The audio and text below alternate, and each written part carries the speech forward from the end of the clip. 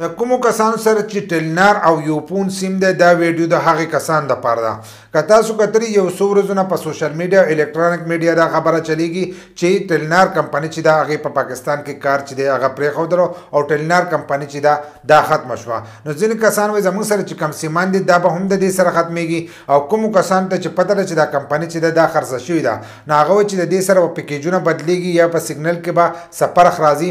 نو نننۍ ویډیو چې ده هغه زموږ د دې په باره کې ده د هغې لپاره چې دی ویډیو به پوره ګورئ یو لایک شیر کمنټ چې دی ویډیو له به لازم ورکوئ.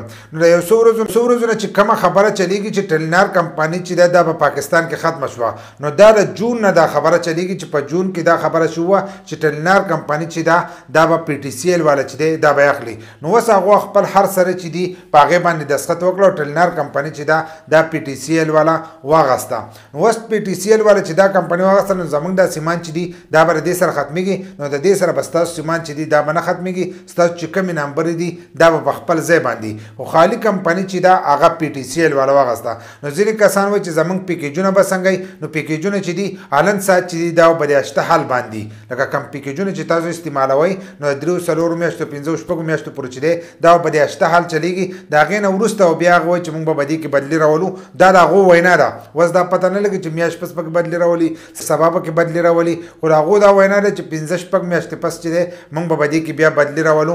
نو د ټلنار کمپنۍ چې دا اصل کې پی ټي سی ایل والا اخستي او د پی ټي سی ایل والا سره چې دا یوپون کمپنۍ هم ده. نو دغه شانتې دا دواړه کمپنیانې چې دي دا اوس یو شوې لکه څنګه چې ټلنار ده دغه شانتې یوپون نو دا دواړه یوه کمپنۍ شوه. که تاسو ګورئ د دې نه مخکې په پاکستان کې پاکټل سیم و نو هغه کمپنۍ چې ده هغه بیا زونګ والا واغسته نو د هغې هغه نوم چینج شو ډایرکټ زونګ ته راوړېدلو. نو دغه شانتې اوس ټلنار چې دی دا پی ټي سی ایل والا واغستله نو پی ټي سی ایل سره د دې نه مخکې یوپون والا هم وه. نو یوپون او ټلنار چې دی دا دواړه یوه کمپنۍ شوه. کوم کسان چې وایي د دې په سیګنل کې نو د دې سره به دا پیدا شي کوم ځای کې چې د ټلنار ټاورې لګېدلي نو هلته کې به یوپون کار کوي هغه اوس هم کار کوي ځکه په ټلنار ټاورو کې چې دی په ډېرو ځایونو کې دا کار شوی دی زموږ په علاقه کې په خپله دا کار شوی دی چې هغې ته هغه سیګنلې چې دي هغه ورختلي دي. نو د یوپون سیګنلې چې دي هغه اوس په هغه ځای کې کار کوي چې کوم ځای کې د ټلنار ټاور وي.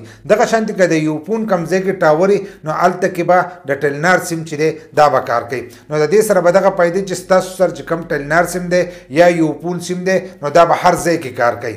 دا غټه پیدا چې دا دې کسانو ته میلاو شي د کومو کسانو سره ټلنار سیم دی یوپون سیم دی نو د دې دغه سیګنل چې دي دا به هر ځای کې کار کوي. بل لاره کومو کسانو سره چې یوپون سیم دی او د ټلنار د ټاور سره استعمالوي نو هلته کې د انټرنیټ چې دی هغه په فل سپیډ باندې کار کوي ځکه چې هلته کې کنیکشن چې دي دا ورته کمې دي یوپون. نو د دې د وجې نه د هغو د انټرنیټ سپیډ چې دی دا ډېر تیز دی. دغه شانتې کوم ځای کې چې د یوپون ټاورې دي او هلته کې ټلنار ټاور نشته او دې پکې هغه سیسټم لګولی نو ټلنار سیم چې دی هغه به فل سپیډ کې کار کوي. د دې د وجې نه کار کوي چې نورې کنیکشن چې دي هلته کې نه. نو د دې سره به دا پیدا چې ټلنار سیم او یوپون سیم چې دی د دې سیګنل چې دی دا به هر ځای کې کار کوي ځکه دا دواړه کمپنیانې چې دي دا یو شوې او دا چې دی دا پی ټي سی ایل والا اخستي.